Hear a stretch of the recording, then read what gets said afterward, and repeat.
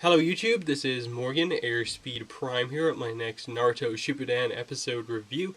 This one's going to be for episode 459, She of the Beginning.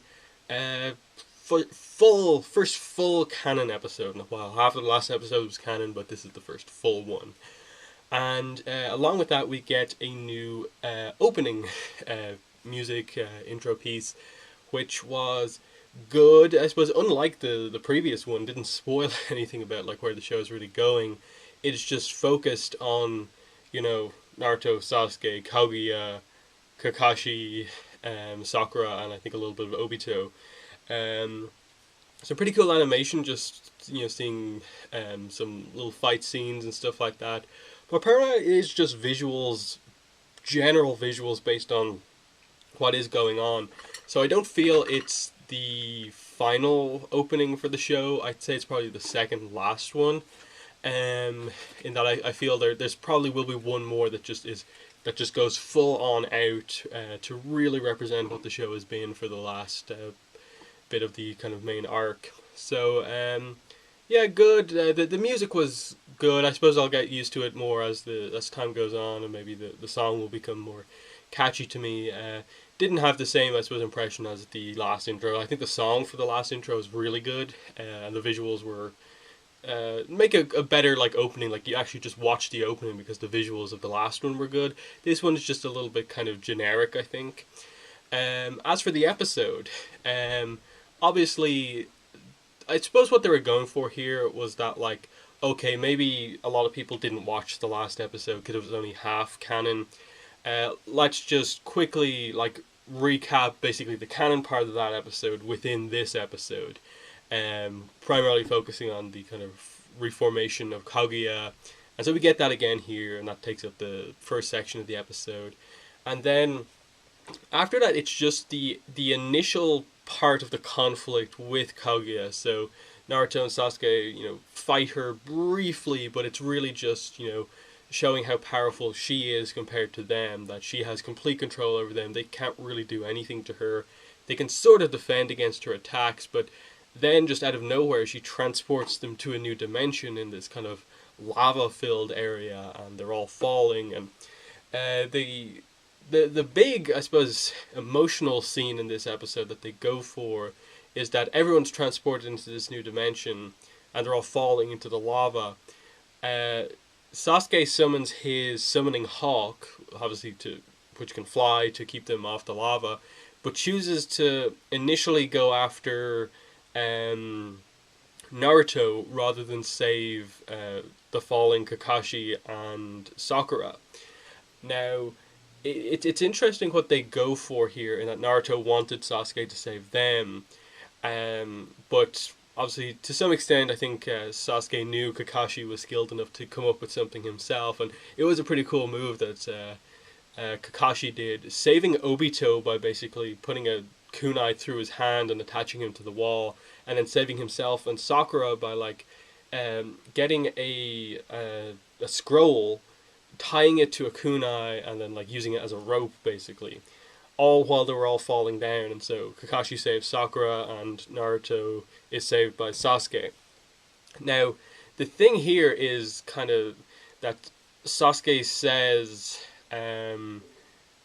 if you or me are to die here, the world will end. The world will be destroyed because we are the only two people who can actually defeat Kaguya, seal her away. And that's I suppose the big plot takeaway from this episode.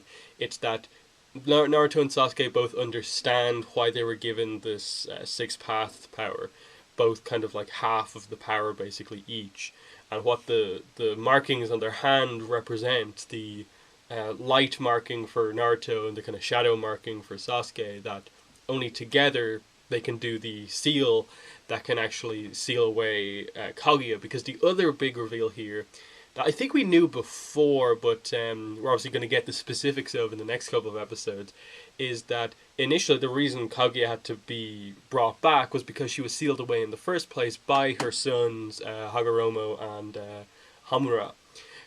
So that's basically the same sealing jutsu, I suppose, that Naruto and Sasuke are going to have to do to seal her away eventually. So that was the big kind of, I suppose, plot thing that, like, oh, that's the ultimate goal, that Naruto and Sasuke are going to have to fight Kaguya enough to perform this sealing jutsu on her. Obviously, right now, I don't think we know the exact details of how that jutsu is performed. In that, like, can they do it from range, or that it have to be like right next to her, and like how exactly does it work? But I suppose because the main thing that this episode set up is that we're getting basically the flashback backstory for Kaguya in terms of how she came to eat the chakra fruit from the divine tree, and basically bring chakra into humans and stuff like that.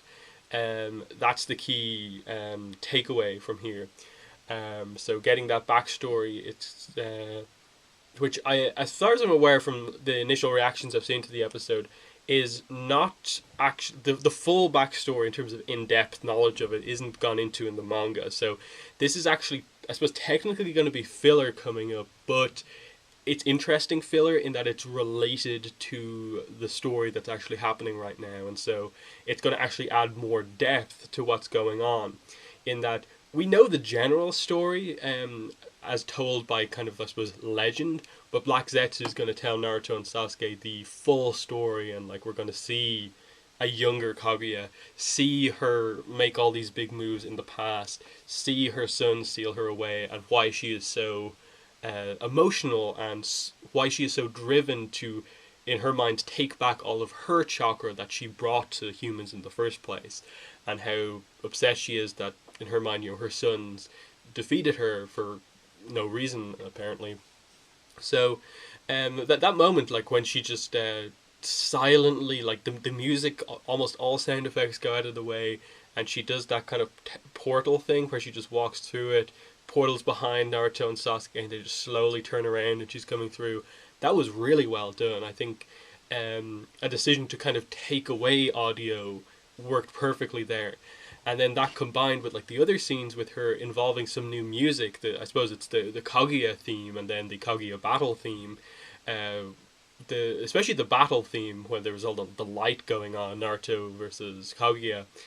That music was very interesting. It kind of didn't feel like Naruto music almost. It was kind of operatic rather than the usual kind of half rock, half kind of traditional Asian music.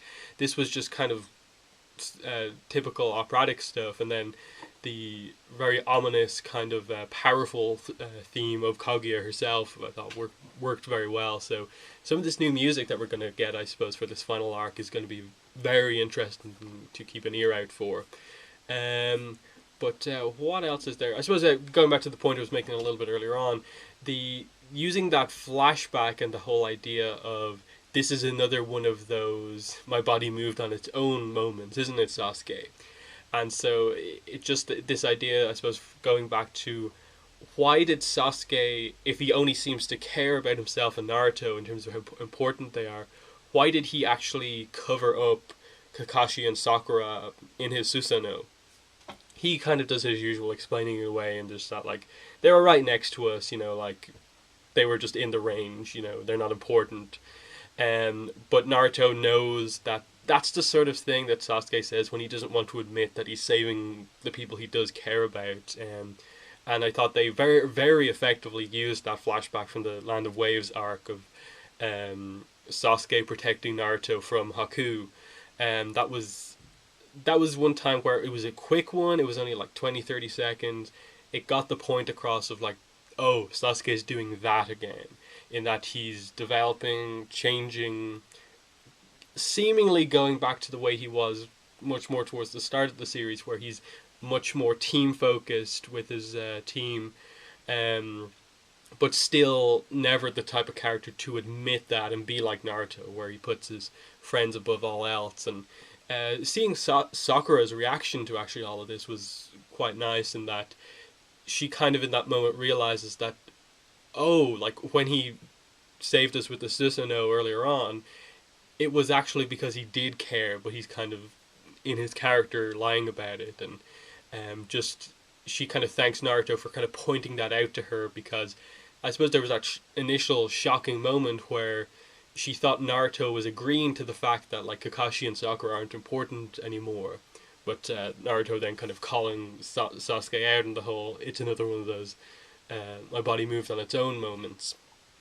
But yeah, the whole falling into the lava thing is basically resolved with Naruto can actually levitate. So we're getting little reveals of their powers because both Sasuke and Naruto aren't fully familiar with exactly how much power they have in their kind of new forms.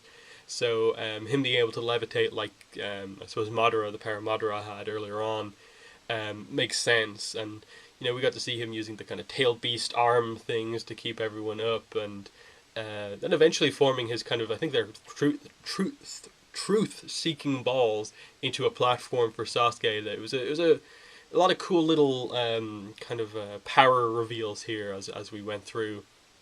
But definitely as I said, the most notable thing is obviously that we're going into some flashback episodes. I think it's 2 or 3 based on the schedule for episodes that we have. We're going to get Kaguya's story covered in about 2 to 3 episodes, and then after that we are back to, I suppose, the manga official story. But I think most people are actually quite happy that we're getting a further in-depth look into Kaguya's life, because from what I hear, and especially I would say this after knowing most of the story from the Ninja Storm 4 game, she's an important character because she has been set up before now as like the original person with chakra, and her being so important as that like original character.